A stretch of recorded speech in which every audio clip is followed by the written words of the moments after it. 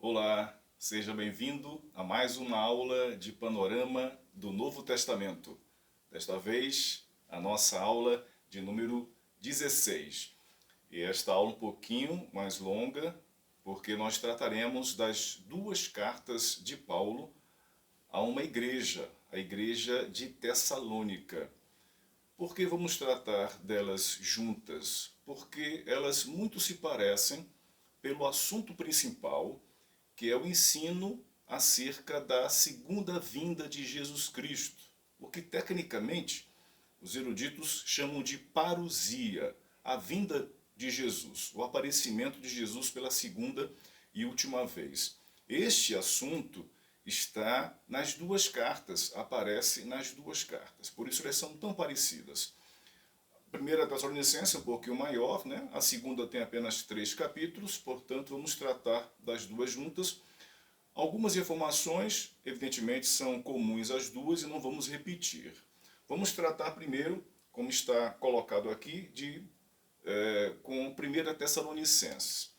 Nós sempre começamos com remetente e destinatário. Quem é o remetente, o autor que remeteu, que enviou a carta, e quem recebeu os primeiros leitores desta carta. Como diz aqui, 1 Tessalonicenses capítulo 1, versículo 1 diz: Paulo, Silvano e Timóteo, a igreja dos Tessalonicenses, que está em Deus, Pai, e no Senhor Jesus Cristo, graça e paz vos sejam dadas. Portanto, está aqui dito o apóstolo Paulo, e nesse momento está acompanhado de Silvano e de Timóteo, sempre estão juntos. O irmão deve lembrar que esta igreja foi fundada na segunda viagem missionária. Paulo pegou Silas, se separou de Barnabé, pegou Silas, que é o mesmo Silvano, e durante no comecinho, por assim dizer, desta segunda viagem missionária, Paulo encontrou Timóteo, um cristão novo, circuncidou Timóteo e, a partir disso, Timóteo encaminhou-se com Paulo e Silvano neste empreendimento missionário. Por isso que consta aqui o nome dos dois, né? Silvano, que é o Silas, em Atos chama de Silas, que é o mesmo Silvano, e Timóteo, que também é relatado em Atos, quando Paulo encontra pela região de Derbe e Listra, e convida Timóteo a seguir com ele, com Paulo, para esta viagem missionária junto com Silas, que começou desde Jerusalém. Portanto, este é o remetente. E destinatário, claro, está dito aqui, a igreja dos Tessalonicenses. Portanto, o Tessalonicense é Tessalônica é uma cidade. Isso aqui é um mapa da segunda viagem missionária. Você deve lembrar que a primeira, Paulo saiu de Cesareia, foi para Chipre. De Chipre foi para Pérgia, isto é, ele foi pelo mar. Na segunda viagem missionária, Paulo vai por terra e passa pela Galácia e atravessa para Macedônia, diante daquela visão do homem macedônio. Paulo entendeu que era uma indicação de Deus que ele deveria não ficar em Éfeso, que ele queria a princípio, na segunda viagem missionária, foi designado pelo Espírito Santo aí para Filipos. Nós tratamos de Filipos já com a carta aos Filipenses.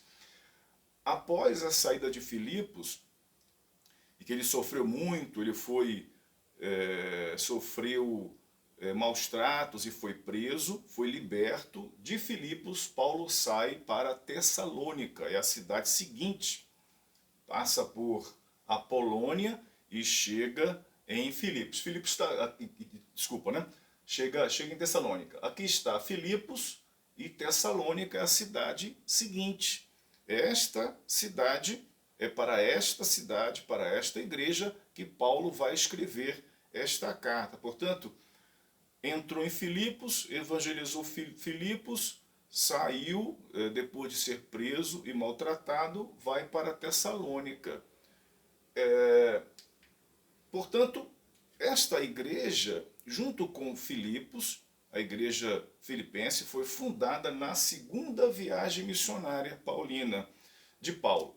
Isso está onde? Isso está em Atos, claro, né? Está em Atos, capítulo 17.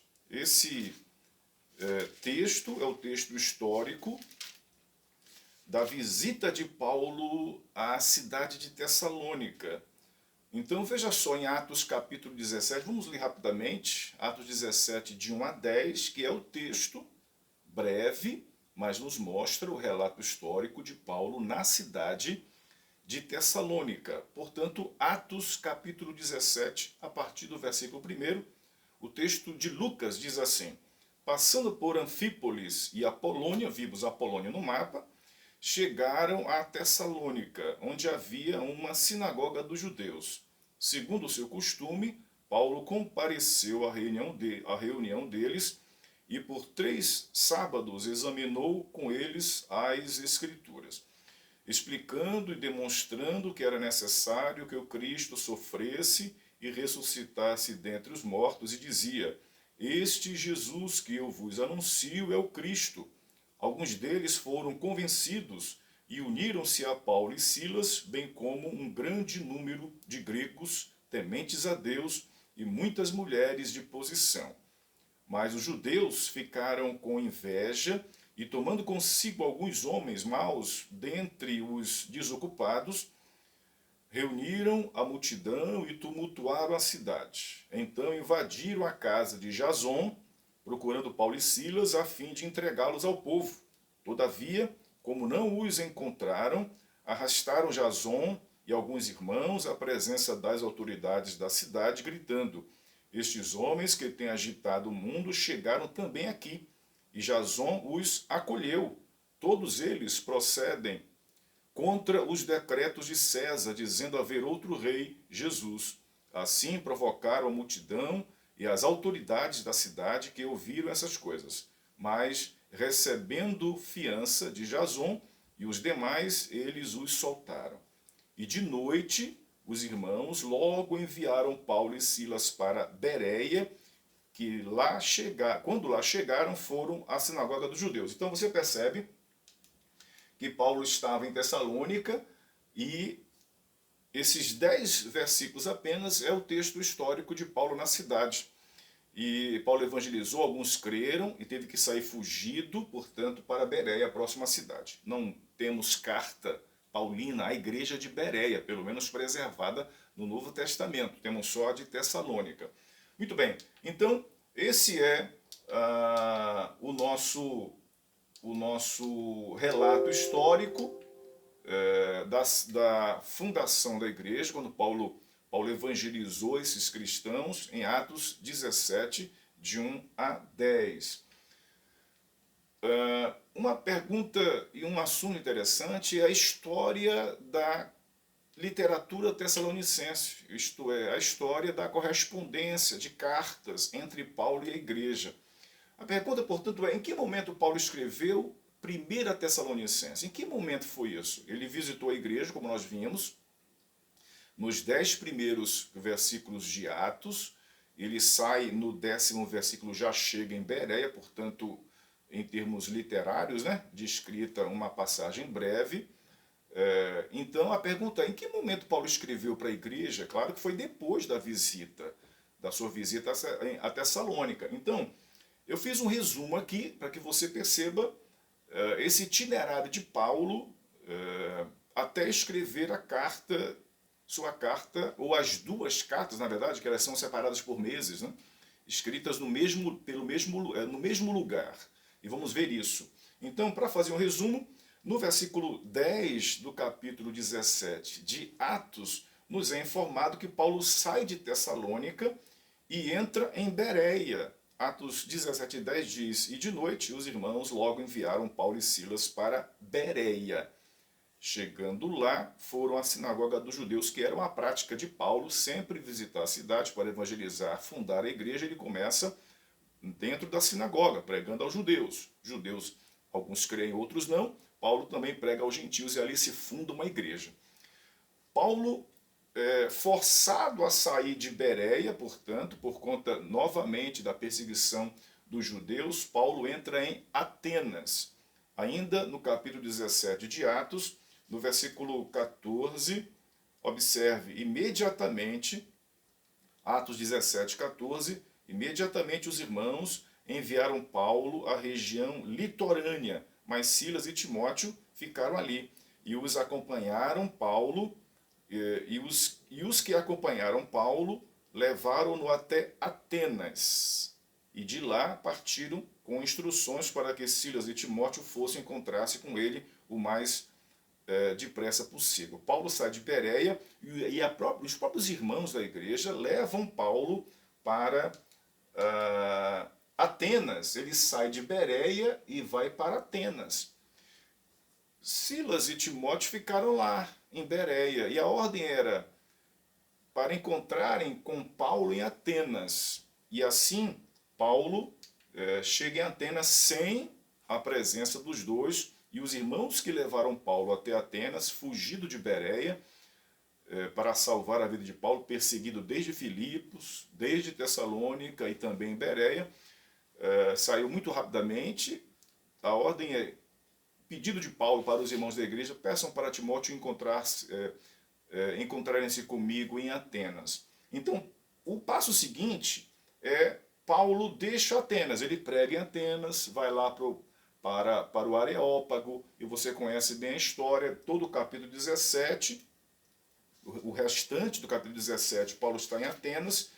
No capítulo 18, Paulo chega em Corinto. Olha só, capítulo 18 de Atos, Paulo sai de Atenas, chega em Corinto. Olha só, Atos 18, versículo 1. Depois disso, Paulo partiu de Atenas, isto é, 18:1, Paulo sai de Atenas e diz o quê? E chegou a Corinto. Então a ordem é: Paulo estava em Tessalônica, pela perseguição Paulo chega a Bereia, pela perseguição os irmãos levam Paulo para Atenas, Paulo faz o seu ministério lá, prega, etc., como nós já sabemos a história. De Atenas, no capítulo 18, verso 1, no capítulo 18, verso 1 de Atos, Paulo chega em Corinto. Depois disso, Paulo partiu de Atenas e chegou a Corinto, pertinho, né? Pertinho de Atenas. Então, você percebe algo mais com relação a este assunto. Paulo deixa Atenas, portanto, e chega a Corinto. Veja o versículo 5 de Atos, capítulo 18. Quando Silas e Timóteo desceram da Macedônia, Paulo dedicou-se inteiramente à palavra, testemunhando aos judeus que Jesus era o Cristo. Observe o versículo 5 do capítulo 18 de Atos. Quando Silas e Timóteo desceram da Macedônia. Lembra que eles ficaram em Bereia? Bereia era uma cidade da Macedônia, como também Tessalônica, como também Filipos. Eles ficaram em Bereia. A ordem era, o pedido era que Paulo os encontrassem, se encontrassem em Atenas. Isso não aconteceu. Não aconteceu. E eles foram se encontrar mais embaixo, ao sul, na Acaia, isto é, em Corinto. Quando Silas e Timóteo desceram da Macedônia, isto é, estavam em Bereia, Paulo dedicou-se inteiramente à palavra, testemunhando aos judeus que Jesus era o Cristo. Então, de Corinto, observe que Timóteo e Silas estavam com Paulo em Tessalônica. Saíram fugidos para Bereia, Paulo sozinho para Atenas, Paulo sozinho para Corinto. De Bereia, os dois, Silas e Timóteo, desceram para encontrar-se com Paulo, como diz aqui o versículo 5 do capítulo 18 de Atos. Nesta chegada, no reencontro deles, Timóteo traz notícias da igreja de Tessalônica. Ele traz notícias. O que motivou, portanto, a escrita da carta aos Tessalonicenses. A primeira chamada, né? Primeira Tessalonicenses. Então, o local de escrita de primeira Tessalonicenses, como também de segunda Tessalonicenses, é a cidade de Corinto. Então, de Corinto, Paulo escreve as duas cartas, separadas uma da outra por questões de meses, né? Mas essa primeira, a partir da volta de Timóteo para encontrar-se com Paulo em Corinto. Observe, sair de Atos, vamos para a carta, 1 Tessalonicenses, capítulo 1, verso 1, diz: Paulo, Silvano e Timóteo, a igreja dos Tessalonicenses. Quando Paulo escreve de Corinto, aqui, ó, quando Paulo escreve de Corinto, aqui, se encontraram os três, Timóteo, Silas e Paulo. Timóteo traz notícia da igreja de Tessalônica. Quando ele recebe esse relatório, Paulo escreve 1 Tessalonicenses. E Paulo escreve, portanto, com os amigos aqui. Por isso que escreve para lá para cima, lá para Macedônia. Por isso que Paulo, na carta, ele menciona os nomes dos seus companheiros, Silvano e Timóteo. Paulo, Silvano e Timóteo, a igreja dos Tessalonicenses, que está em Deus, Pai, e no Senhor Jesus Cristo, graça e paz vos sejam dadas. Então você percebe que o local de escrita está aqui. Veja o capítulo 3, verso 6, agora, dentro de 1 Tessalonicenses, né? Capítulo 3, versículo 6, o que Paulo diz à igreja nessa carta. Mas Timóteo acaba de regressar do vosso meio, trazendo boas notícias da vossa fé e do vosso amor, dizendo que sempre tendes afetuosa lembrança de nós e que desejais muito nos ver, assim como nós também a vós. 1 Tessalonicenses, capítulo 3, verso 6, é uma informação histórica claríssima que Timóteo acaba de regressar do meio dos irmãos, isto é, da Macedônia. Ele estava em Bereia, mas como você viu, pertinho de Tessalônica, ele, claro, deve ter sido visitado pelos irmãos, talvez tenha ido lá pessoalmente, soube informações da igreja, quando encontrou-se com Paulo em Corinto, e relatou, Paulo, a igreja está assim, assim, assado.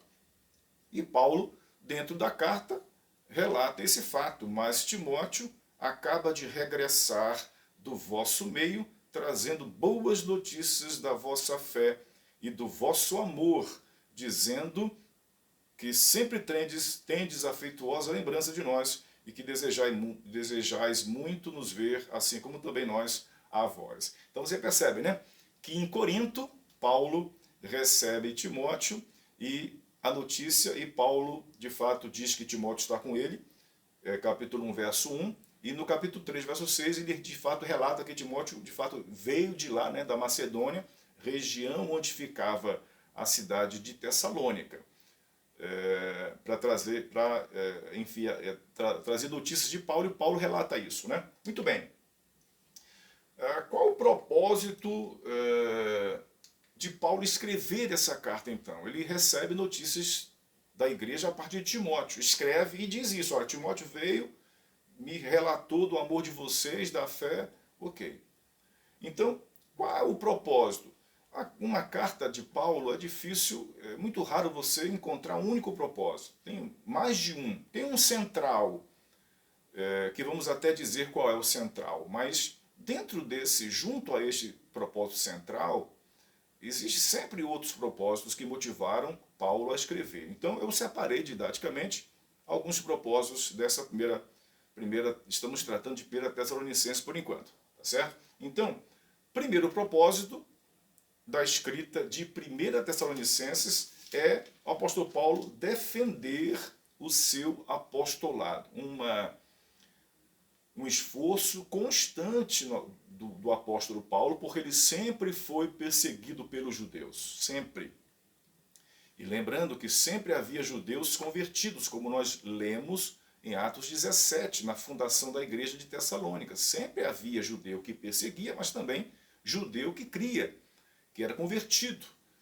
E os judeus seculares. Então, Paulo sempre teve, de alguma maneira, que defender o seu apostolado, porque esses judeus seculares, por assim dizer, e convertidos, que eram, embora da igreja alguns eram maus, eles questionavam a condição, a posição de apóstolo de Paulo, né? Dizendo que Paulo não é apóstolo de verdade.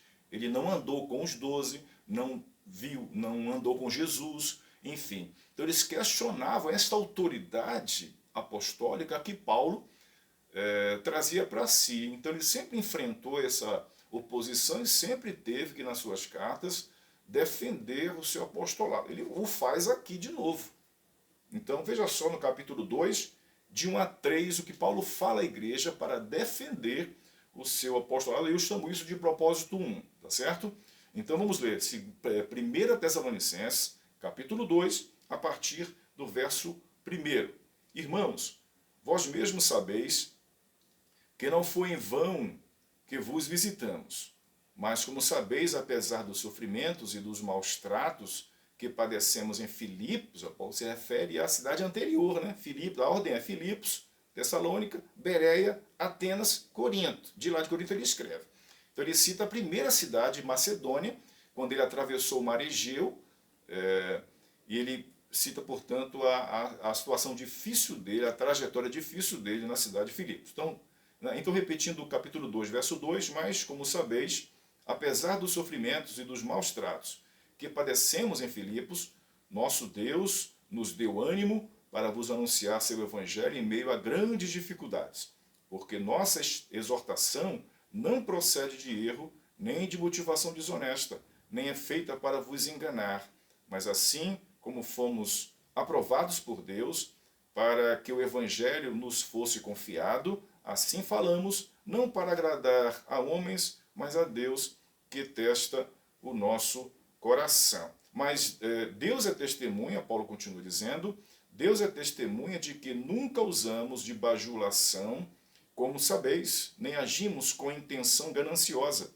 nem buscamos honrarias humanas da parte de vós, ou de vós outros, ou de outros, embora como apóstolos de Cristo pudéssemos exigir isso da vossa parte. Pelo contrário, fomos bondosos entre vós, como a mãe que acaricia os próprios filhos. Assim, devido ao grande afeto por vós, estávamos preparados a dar-vos de boa vontade não somente o Evangelho de Deus, mas também a própria vida, visto que vos tornaste muito amados para nós. Irmãos, sem dúvida, vos lembrais do nosso trabalho e fadiga. Trabalhamos de noite para não ser um peso a nenhum de vós, enquanto vos pregamos o Evangelho de Deus.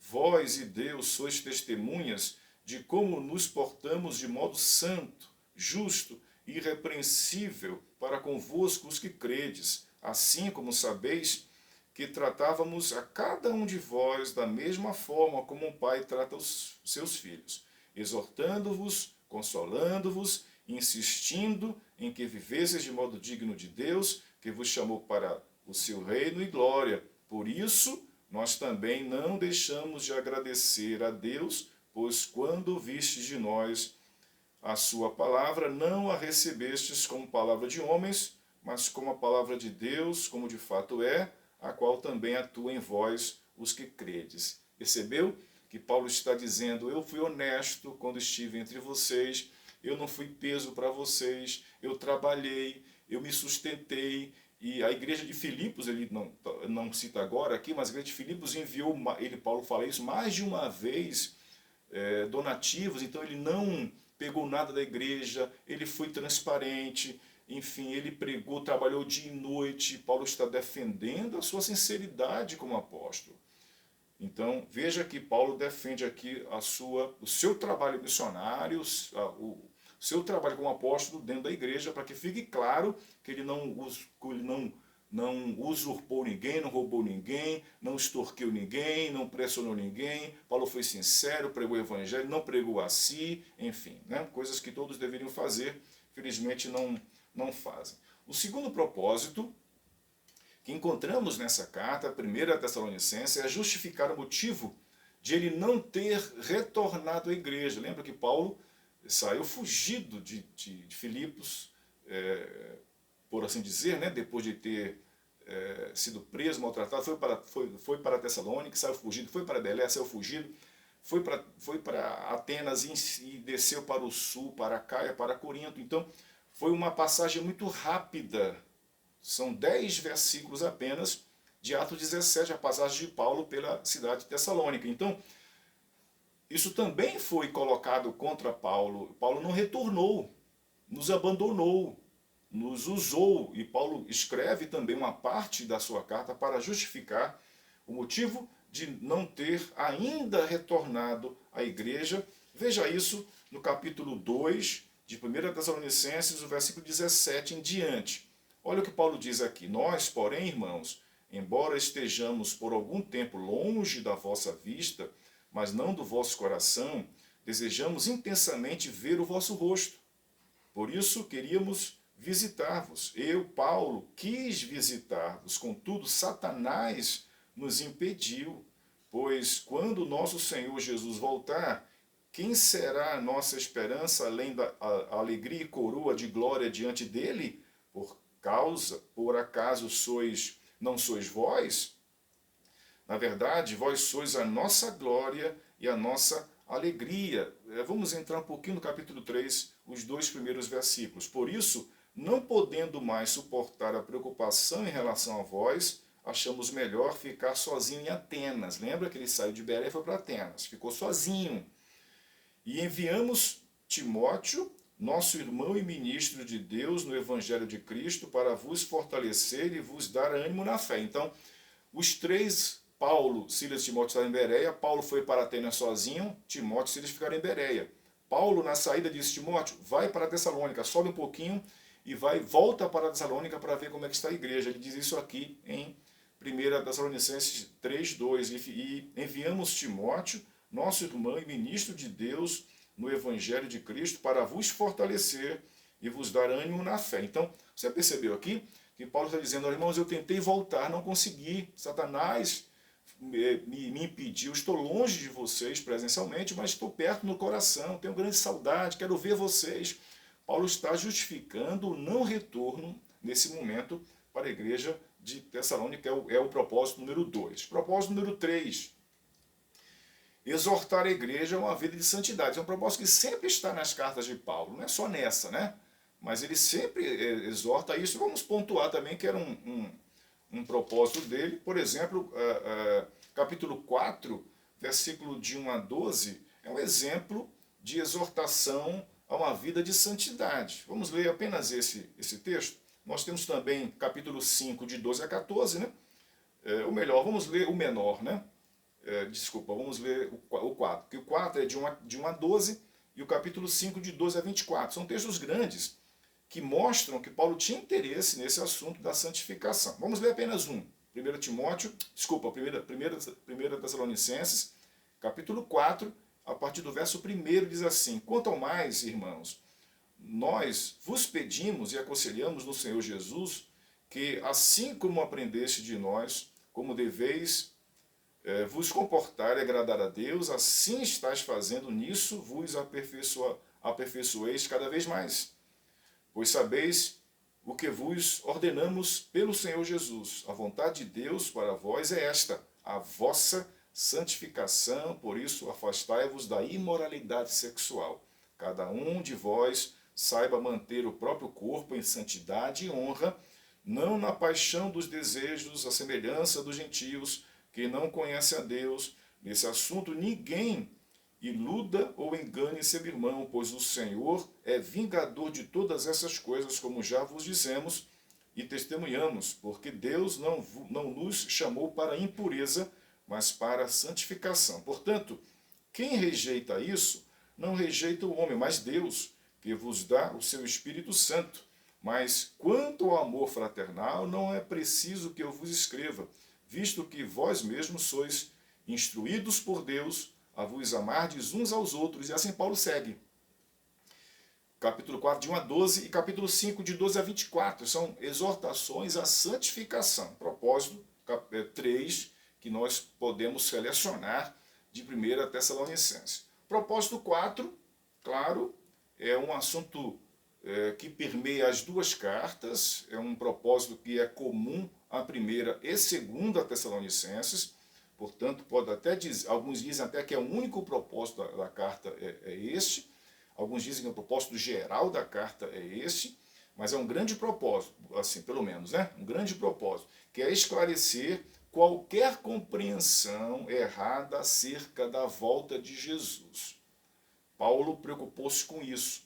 A igreja começou a entender de maneira errada a parousia, isto é, a vinda de Jesus Cristo em glória, a segunda vinda, como nós falamos. Vamos ver isso? 1 Tessalonicenses, capítulo 4, versículo 13 em diante, Paulo diz o seguinte: Todavia, irmãos, não queremos que sejais ignorantes em relação aos que já faleceram, para que não vos entristeçais como os outros que não têm esperança. Porque se cremos que Jesus morreu e ressuscitou, também devemos crer que Deus, por meio de Jesus, vai trazer juntamente com ele os que já faleceram. Afirmamos, pela palavra do Senhor, que nós, os que ficarmos vivos para a vinda do Senhor, de modo algum precederemos os que já faleceram. Porque, ouvida a voz do arcanjo e ressoada a trombeta de Deus, o próprio Senhor descerá do céu com grande brado, e os que morreram em Cristo ressuscitarão primeiro. Depois nós, os que estivermos vivos, seremos arrebatados com eles nas nuvens, ao encontro do Senhor nos ares, e assim estaremos para sempre com o Senhor. Portanto, consolai-vos uns aos outros com essas palavras. Você está percebendo que a preocupação da igreja era, e agora? Quem morreu? Como é que vai ser? E Paulo está instruindo a igreja, mas detalhadamente acerca deste momento da morte de um santo, da morte de um crente, e dos vivos, quando ambos, mortos e vivos, vão se encontrar com Jesus na volta dele. Ele vai continuar com esse assunto no capítulo 5. Ele continua dizendo, irmãos, não é necessário que eu vos escreva acerca dos tempos e das épocas, não é? Quando é que isso vai acontecer? A ressurreição dos mortos e o arrebatamento dos que estiverem vivos. Paulo continua dizendo, irmãos, não é necessário que eu vos escreva acerca dos tempos e das épocas, porque vós mesmos sabeis perfeitamente que o dia do Senhor virá como ladrão de noite, quando estiverem dizendo paz e segurança. Então, de repente, a destruição lhes sobrevirá, como dores de parto a uma mulher grávida, e de modo nenhum escaparão. Mas vós, irmãos, não estáis nas trevas, de modo que aquele dia vos surpreenda como um ladrão. Porque todos sois filhos da luz e filhos do dia, não somos da noite nem das trevas. Portanto, não durmamos como os demais, mas estejamos atentos e sejamos sóbrios, porque os que dormem, dormem de noite, e os que se embriagam, embriagam-se de noite. Mas nós, visto que somos do dia, sejamos sóbrios, vestindo a armadura da fé e do amor, tendo por capacete a esperança da salvação, porque Deus não nos destinou para a ira, mas para alcançarmos a salvação por nosso Senhor Jesus Cristo, que morreu por nós, para que, quer atentos, quer dormindo, com ele vivamos. Por isso, aconselhai-vos e edificai-vos mutuamente, como de fato já estáis fazendo. Paulo está falando, portanto, desse propósito que é esclarecer com detalhes o episódio da segunda vinda de Jesus. Interessante que para falar dos mortos, como que acontece a ida deles para o céu, Paulo termina este assunto dizendo, versículo 18 do capítulo 4, portanto, consolai-vos uns aos outros com essas palavras. Ele vai seguir dizendo quando que isso vai acontecer, quando que os mortos irão ressuscitar e quando que os vivos serão arrebatados para viverem com Jesus. Ele explica isso e termina com as mesmas palavras de consolo. Por isso, versículo 11 do capítulo 5, por isso aconselhai-vos e edificai-vos mutuamente, como de fato já estáis fazendo. Então você percebe aí esse grande propósito que é esclarecer, por conta dessa dúvida da igreja tessalônica, nós temos essa preciosidade de ensino teológico bíblico acerca da situação dos mortos no Senhor e da segunda vinda de Jesus. Muito bem, vamos falar rapidamente sobre a estrutura desta carta, 1 Tessalonicenses. Ela é muito simples, ela é dividida em duas partes, são 5 capítulos. A segunda Tessalonicenses tem 3 capítulos, por isso que tratamos das duas juntas. A primeira parte é uma parte pessoal. Paulo está aqui no começo, no capítulo de 1 a 3, né? Os 3 primeiros capítulos, Paulo está falando do histórico dele com a igreja. Ele fala da época de Filipos, antes de chegar à igreja. Ele fala do modo como ele viveu na igreja, como ele foi honesto, como ele trabalhou, enfim, a igreja viu isso, a postura dele. Então, nos 3 primeiros capítulos, Paulo está falando, tratando da história, do relacionamento dele com a igreja. Então é importante conhecer esses 3 capítulos históricos, né? Ensino tem, mas fala basicamente disso, né? Da história de Paulo com a igreja nos 3 primeiros capítulos. Nos 2 capítulos finais, capítulo 4 e 5, é a parte teológica, como nós vimos, né? Capítulo 4 e 5, que ele vai tratar do ensino da segunda vinda de Jesus Cristo, como nós lemos, capítulo 4 e 5. Situação dos mortos e dos vivos e o tempo em que Jesus vai voltar. Então, capítulo 4 e 5, ele vai tratar da parte teológica da carta, que é o tema da segunda vinda de Cristo. Esse tema é um tema teológico, que é a ênfase teológica de 1 Tessalonicenses. A ênfase que mais aparece é a escatologia, isto é o ensino da segunda vinda de Jesus Cristo. Então, o que é escatologia?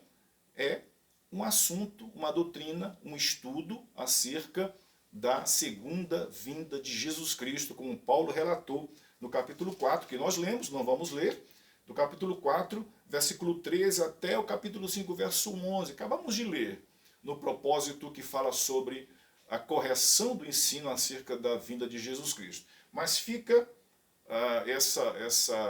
esse ponto, né, que a ênfase teológica da carta é este assunto da segunda vinda de Jesus Cristo. Capítulo 1, 2 e 3, Paulo trata do aspecto histórico, do relacionamento, da história dele com a igreja. Capítulo 4 e 5, a parte teológica, que vai falar sobre a escatologia, isto é, a segunda vinda de Jesus Cristo, que a Bíblia fala, especialmente Paulo fala para a igreja de Tessalônica sobre este assunto. Nós vamos tratar agora de 2 Tessalonicenses, nesse caminhar final da nossa aula. Portanto, como são epístolas, cartas irmãs, né? Vamos tratar juntas assim. Então vamos para a 2 Tessalonicenses, e é claro, vamos tratar de remetente e destinatário. Quem escreveu essa segunda carta diz assim, então, portanto, 2 Tessalonicenses capítulo 1, verso 1, que diz: Paulo, Silvano e Timóteo, a igreja dos Tessalonicenses, que está em Deus, nosso Pai, e no Senhor Jesus Cristo. Você percebeu a semelhança? Começa com as mesmas pessoas, Paulo, Silvano e Timóteo, a igreja dos Tessalonicenses, as mesmas palavras, isto é, as mesmas pessoas que escreveram a primeira carta, estão agora escrevendo a segunda carta. Paulo, que é o autor, acompanhado, portanto, dos seus amigos missionários, Silvano ou Silas e Timóteo. Por que vamos tratar das duas juntas? Porque alguns assuntos são iguais, como este, né? A autoria é a mesma. Vamos ver outros. Bom, qual é a história desta literatura tessalonicense, isto é, a história da correspondência? Então a pergunta que é preciso fazer nesse momento é: em que momento Paulo escreveu 2 Tessalonicenses? Nós já sabemos que 1 Tessalonicenses foi escrita em Corinto. Em Corinto, quando Paulo recebeu a presença de Timóteo, em Corinto, que relatou sobre a igreja. Paulo pediu na saída de Bereia que Timóteo fosse visitar a igreja, e de fato Timóteo foi, como nós sabemos. E o que diz 1 Tessalonicenses 3,6, que nós já lemos? Mas Timóteo acaba de regressar do vosso meio, trazendo boas notícias da vossa fé e do vosso amor, dizendo que sempre tendes afetuosa lembrança de nós, e que desejais muito nos ver, assim como também nós a vós. Paulo escreveu, portanto, nesse momento, a primeira carta. Então, nós já sabemos a escrita da primeira carta. E o que acontece? O tempo, então, em que momento Paulo escreveu a segunda carta? Meses depois,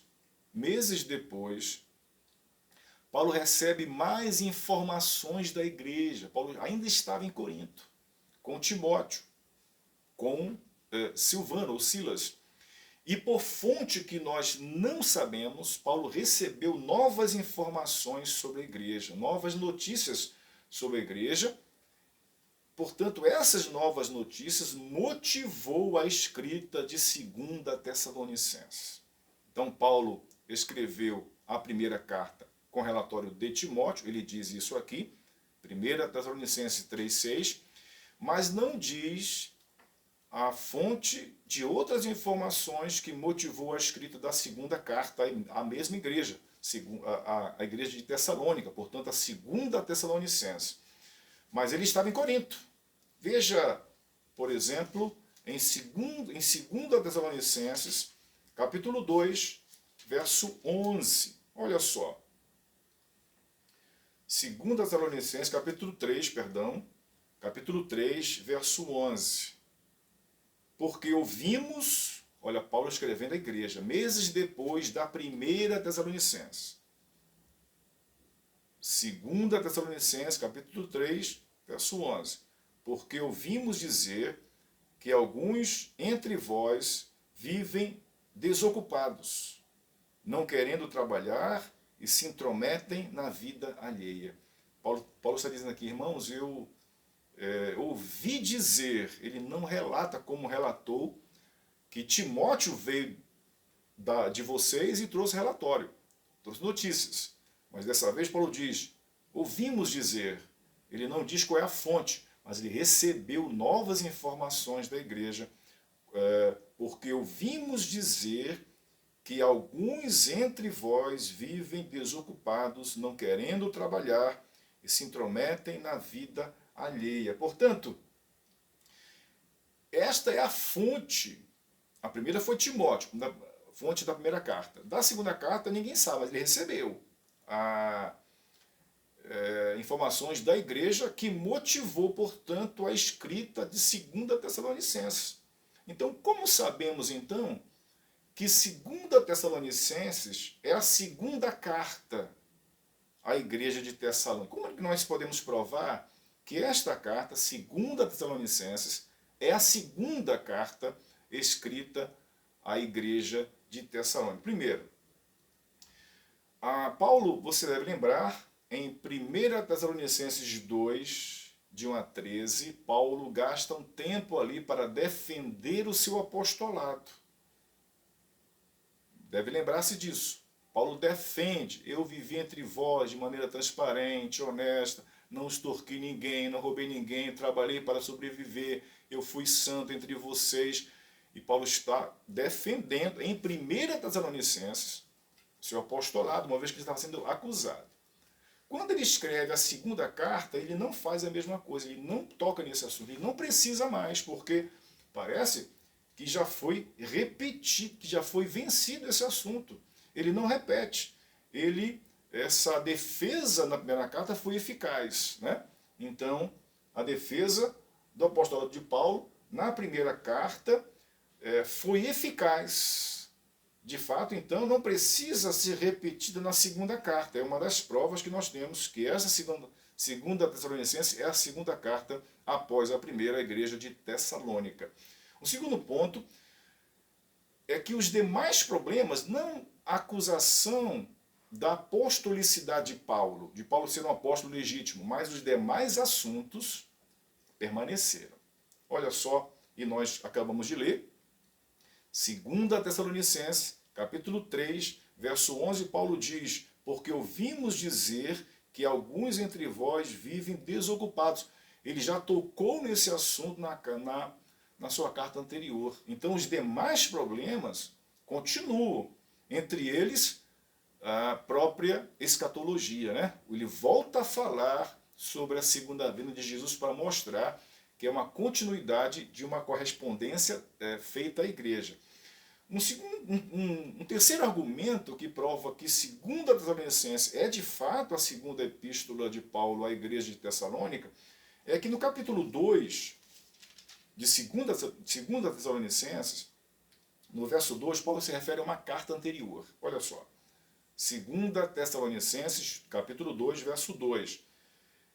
Que não mudeis facilmente o vosso modo de pensar, nem fiqueis assustados por causa de espírito, por palavra ou por carta, atribuídos indevidamente a nós, como se o dia do Senhor já estivesse bem perto.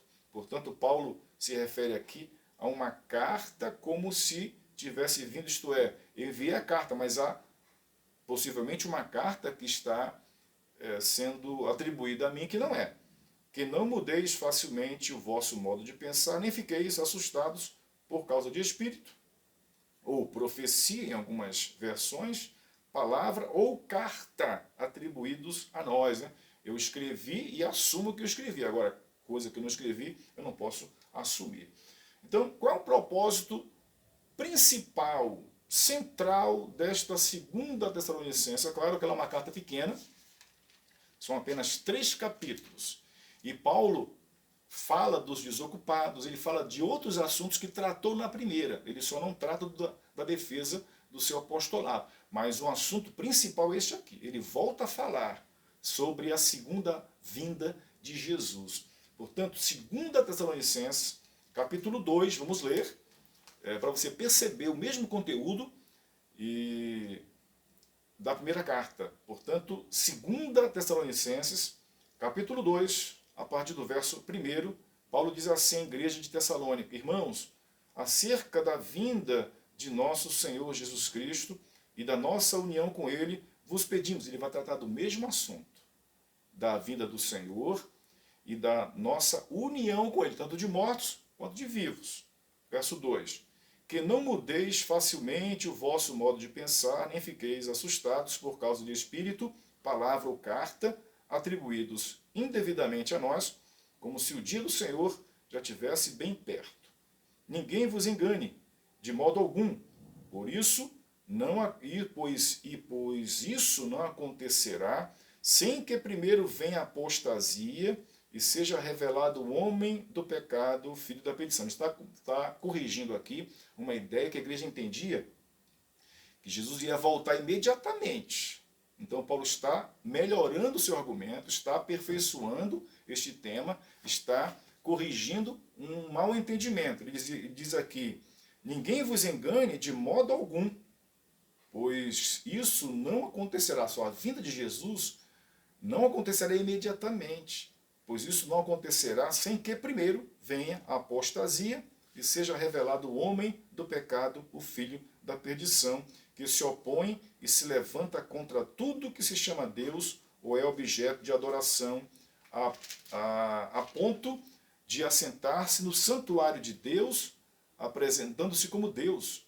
Não vos lembrais de que eu vos dizia essas coisas quando estava convosco? E agora sabeis o que o detém, para que seja revelado no tempo certo. Pois o mistério da impiedade já está atuando, e falta apenas ser tirado do caminho aquele que agora o detém. E então esse ímpio será revelado, a quem o Senhor Jesus matará com o sopro da sua boca e destruirá com a manifestação da sua vinda. A vinda desse ímpio se dá por meio da força de Satanás, com todo poder, sinais e falsos milagres, e com todo engano da injustiça para os que perecem, pois rejeitaram amar a verdade para serem salvos. É por isso que Deus lhes envia a atuação do erro, para que creiam na mentira, para que sejam julgados todos os que creram na verdade.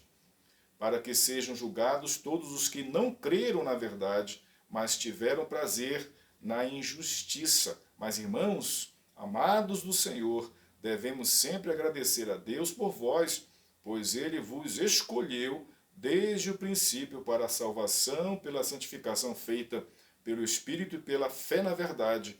E para isso vos chamou pelo nosso Evangelho para alcançardes a glória de nosso Senhor Jesus Cristo. Assim, irmãos, ficai firmes e conservai as tradições que vos foram ensinadas oralmente ou por carta nossa. Olha só, indicativo de que havia a primeira carta que ele escreveu, 1 Tessalonicenses, e ele está dizendo isso aqui, ó, essa carta é continuação.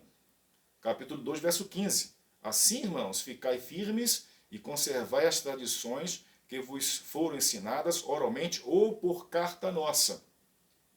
E o próprio Jesus Cristo, nosso Senhor e Deus, nosso Pai, que nos amou e pela graça nos deu uma eterna consolação e boa esperança, confortem o vosso coração e vos fortaleçam em toda boa ação e palavra.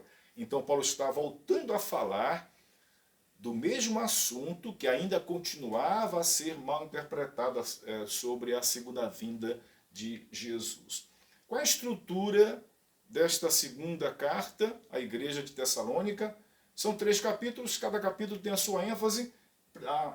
O capítulo 1 é a primeira parte, que é o encorajamento. Paulo encoraja a igreja, os membros da igreja a permanecerem firmes na fé. No capítulo 2, Paulo vai tratar, como nós lemos, da correção do falso ensino, falso entendimento acerca da segunda vinda de Jesus, no capítulo 2. Então, 3 capítulos. No meio é a parte teológica, que é a correção do falso ensino sobre a segunda vinda de Jesus, como nós lemos aqui, né?